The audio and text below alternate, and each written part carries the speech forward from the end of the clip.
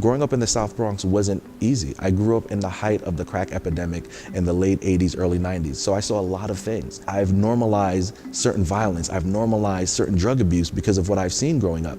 So thinking about it now, how has that impacted me and the lack thereof of someone to speak to about it? I am Dr. Jermaine Wright, Interim University Associate Dean of Special Programs at the City University of New York and the 9th Pole Mark of the Queens Alumni Chapter of Kappa Alpha Psi, and I'm happy to support the First Lady's initiative around Brothers Strive. I think we have to begin to normalize this idea of mental health and how vital mental health is just as important to physical health. If the mind is not working adequately, it doesn't matter what happens to you physically. Someone very close to me, about 2 to 3 years ago, started to call me about 3 a.m. in the morning complaining that they were seeing someone, that someone was following them. So this person had delusions. This individual was afraid to leave the house. This was someone who was a role model for me, and I seen this black man, this man of color, raised me, and now to have him in his most vulnerable state where he was crying to me profusely about he doesn't know why he's being targeted by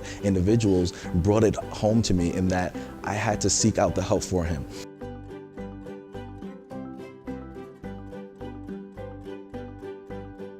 The ability to train men of color, 10 to 12,000 individuals, on some of the ways to spot someone who's struggling from mental health issues, on having the space to have the conversations around how do we support one another, how do we not isolate one another, and how do we make it comfortable for individuals to come out and say, I'm struggling with something, and not be perceived as weak, as not as masculine, as inferior, and really supporting individuals with a community of love.